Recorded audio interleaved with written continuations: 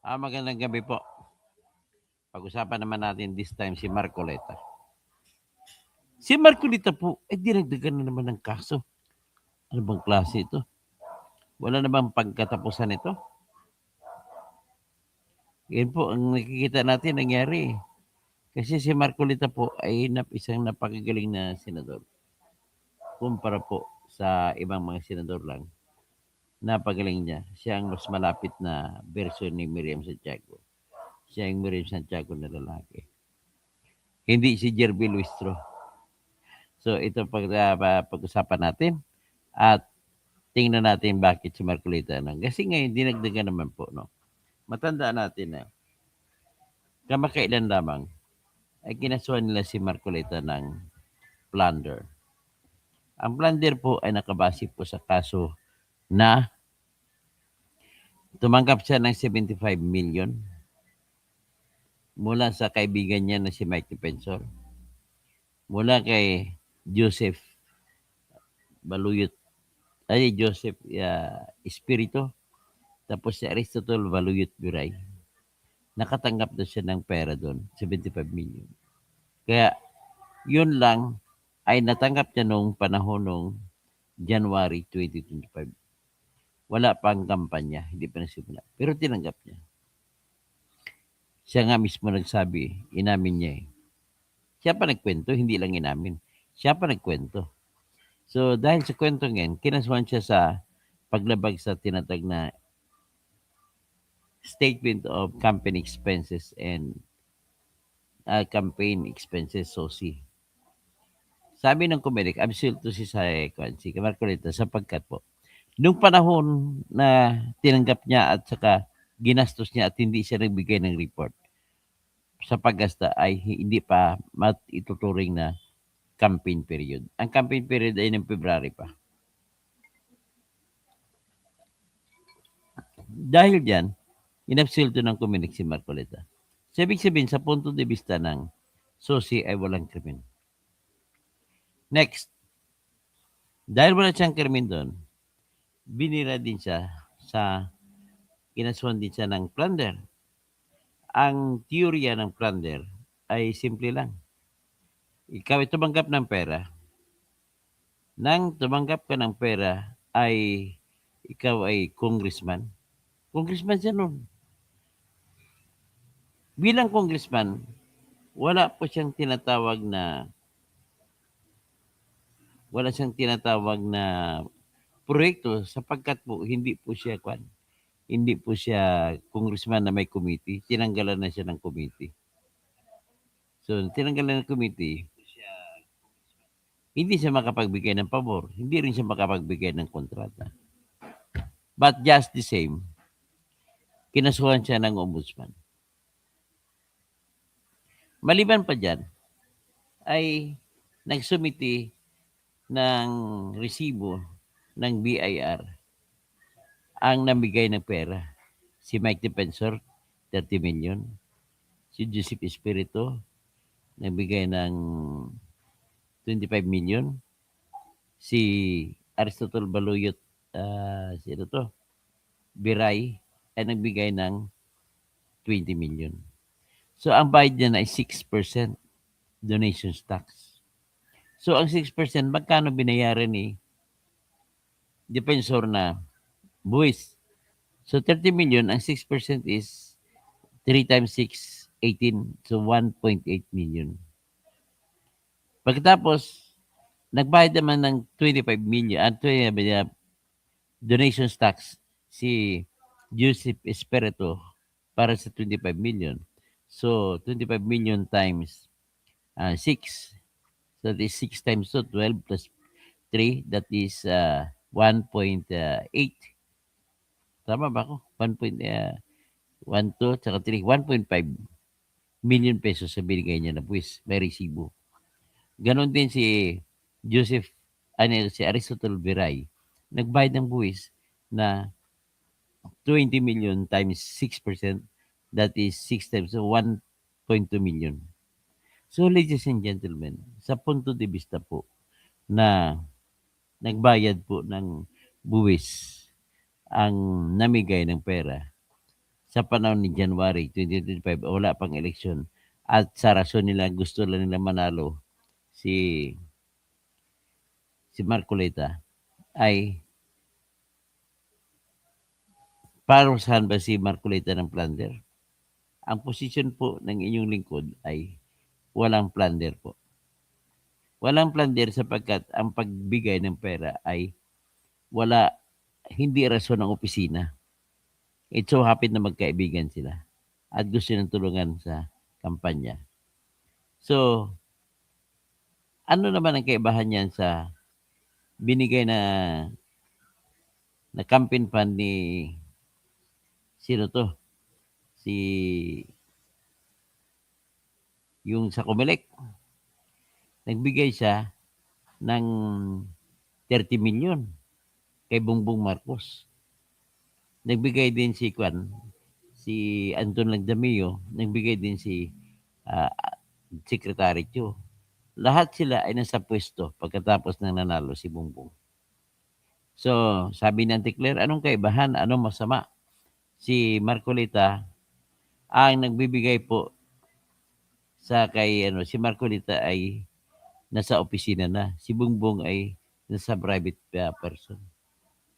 So ano ba sa realidad? Talking of reality, anong pagkakaiba kung meron man sa gitna ng katotohanan na si Marcolita ay congressman nung binigyan at saka si Bongbong naman ay walang pwesto nung binigyan. Sabi ni Claire Castro, hindi po guilty si Bongbong kasi wala pa siyang pwesto nung panahon na yun. So kung wala pa siya sa pwesto sa panahon na yun, ano ba ang pagkaiba kung sa pwesto lang sa kabilang banda, pareho naman sila ng sitwasyon ni Marcolita. So parang unfair yung batas na yun.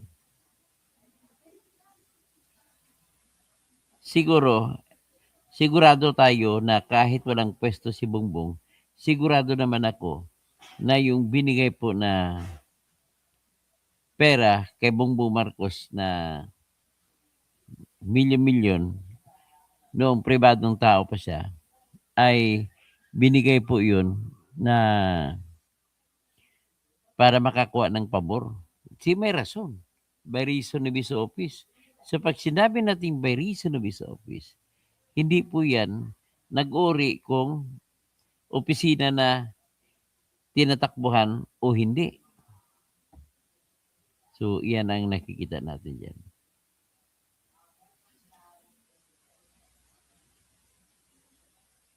Tingnan natin. So, ano pagkakaiba niyan kay Bongbong at saka sa sitwasyon ni Bongbong at sa sitwasyon ni Marcoleta?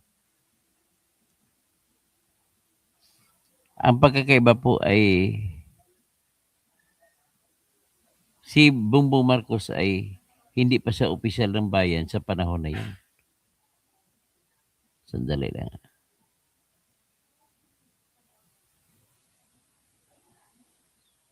Cancel. Okay.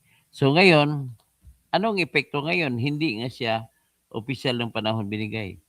Naging special advisor to the presidency Malagdamyo. Nakakuha ng maraming pera sa pamamagitan ng pakikialam sa operation ng BARM.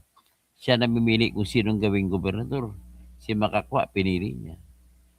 So, in other words, si Kyo, binigyan niya ng pwesto. Agriculture, ang daming kinita. Si ano naman, ano ba ang pangalan ng Bitangkol ba yun? Nakalimutan ng pangalan, titingnan natin. PCSO chairman. Nagbigay po sa 30 million sa kampanya ni Bongbong Marcos. So ngayon nasa pwesto na siya. So ang tanong ko po, ladies and gentlemen, anong pagkakaiba sa pagbigay ng pera pangkampanya sa panahon na hindi pa opisyal ang binibigyan at sa panahon na ang opisyal ay binibigyan?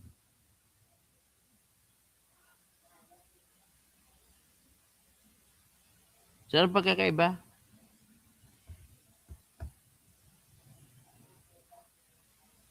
Si Melquiades Robles pala. GM Melquiades Robles.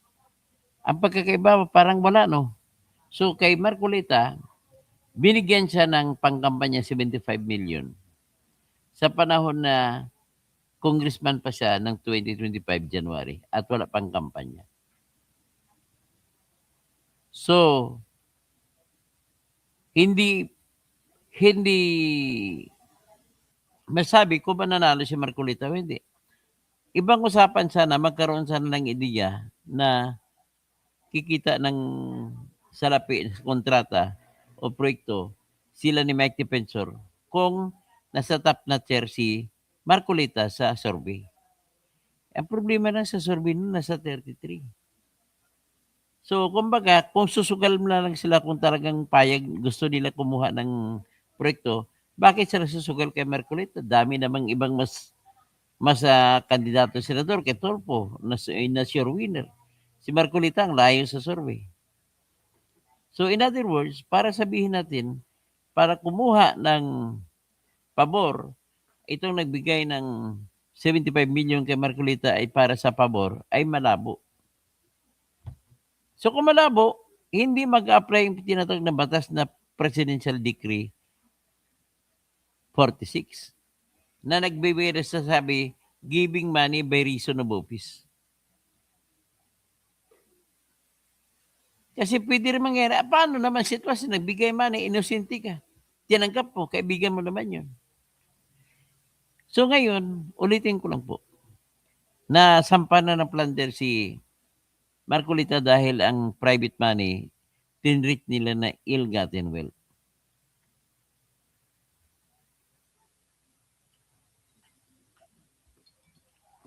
Tapos ito ay ginawa ng filing ng kaso ng kataon na magsimula ang impeachment case ni Sara Duterte at alam naman nila si Marcolita ay maka-Duterte.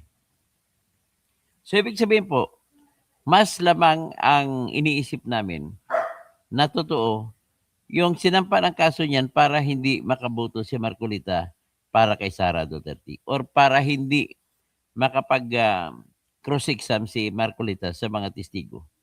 Kita mo yung mahina kasi yung mga senador.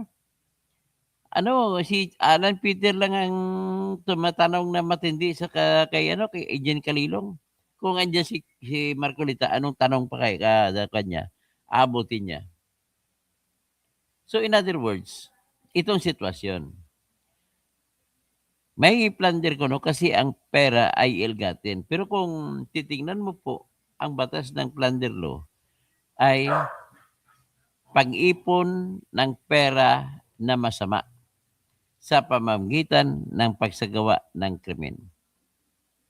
Ibig sabihin po, makagawa ka muna tapos ng paggawa ng krimen bago ka makumuha ng pera.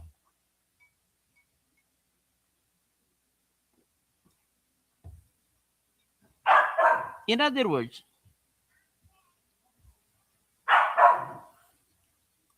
paano mo sabihin na may ginawang krimen si Marcolita kung binigyan siya ng pera? Para, ang ibig sabihin po na ginawa ng krimen, gagawin mo ang krimen para kumita yung nagbibigay sa'yo ng pera. Di ba? Sa sitwasyon naman ni Marcolita, nagbigay ng pera, walang kinita. In other words, sa punto de vista na yan, ay hindi pwede maging plunder. Paano naman itong sitwasyon na sinasabi nila yung hindi daw nag-submit ng salin? Ang salin nangyari noong lampas June 30. June 30 siya nagsimula maging senador. So hindi mo pwede sabihin na yung nahuling krimen, kumita na siya bagong huling krimen, hindi po pwede. Kailangan mas nauna ang krimen kaysa pera na kinita. Tinignan mo susi, hindi pwede mangyari kasi binasura na ng Comelec. So, paano ngayon ang sitwasyon natin ito? So, ang ginamit na lang nila is meron daw obscure law. Batas na hindi na ginagamit. Presidential Decree 46. na nagsasabi pinaparusahan ang magbigay ng pera by reason of the office sa isang nag-oopisina. Ladies and gentlemen, ang salita ng batas, ang kailangan ang pagbibigay ng pera ay naka-English by reason of office.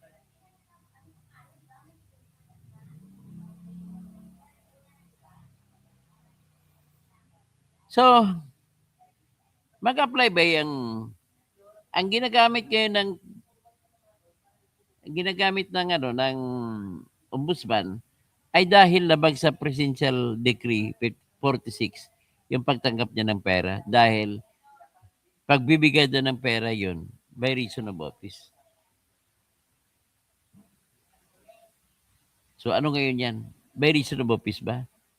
Ang depensa naman nila ng tatlo, sinabi na binigay lang namin yun out of our friendship. So inosente. So ngayon, ang sitwasyon po ay ganito. Sasabihin ng ombudsman, ay Marcoleta, ipaliwanag mo na lang sa korte. Kami nga nalalabuan din eh. Doon na lang korte, hayaan mo na lang korte magdesisyon. Ang problema na sa ganung sitwasyon, while korte ka magdesisyon, hindi pa nakaaktong korte, ay ikukulong muna si Marcoleta. Yan ang problema ko. Kasi nga non-bailable. So in other words, gano'n din po yung dinagdag nila na kaso kanina, sinampa naman. Yung violation of Presidential Decree 46. Na ang pagbigay doon ng pera ay dahil daw sa pwesto ni Marcoleta. Na hindi naman kumikita sapagkat wala siyang committee membership.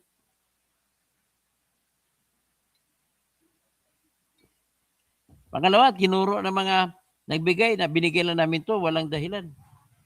Dahil kailangan lang namin, yung gusto namin manalo siya ng pagkasenador. At that time pa naman, nasa 33 ang pwesto ni Marcoleta sa survey. So paano may krimen? Wala pong krimen kung ako tanongin niyo. So ngayon, ilalagay na. Ipagpalagay na natin, may posibilidad na may krimen. Pero Diyos ko, ang nangyari po, so ngayon, ilalagay na. Ay, dahil may posibilidad, kahit wala tayong ebidensya kung talagang gagawin o hindi, na kumuha ng pabor dahil sa binigay na election campaign fund, ay dapat hayaan na natin ang korte magsabi. Ganon ang mentalidad nila ng ombudsman. Para lamang masilbihan nila ang gusto nila mangyari na hindi makaboto, hindi makasali, at hindi maka-cross-exam si Marcoleta sa impeachment trial ni BP Sara. Ang galing pa naman niya mag-cross-exam. So ngayon, plain and simple, while pwede mangyari na binigay ang pera kay Marcoleta, ay dahil baka makakuha ng pabor kung siya'y senador. Pero the fact remains, walang ebidensya ang ombudsman na binigay sa Sandigan Bayan. At kung walang ebidensya, nilabag ng Sandigan Bayan ang Section 2, Article 3 ng Constitution na nagsasabi, warrant of arrest shall not issue except upon probable cause to be determined personally by the judge. In an examination under oath, particularly describing the witnesses he will produce, and particularly describing the place and things to be seized. Yan po, kailangan alam ng judge, may personal siya na alam na si Marcoleta ay nagkasala base sa ebidensya.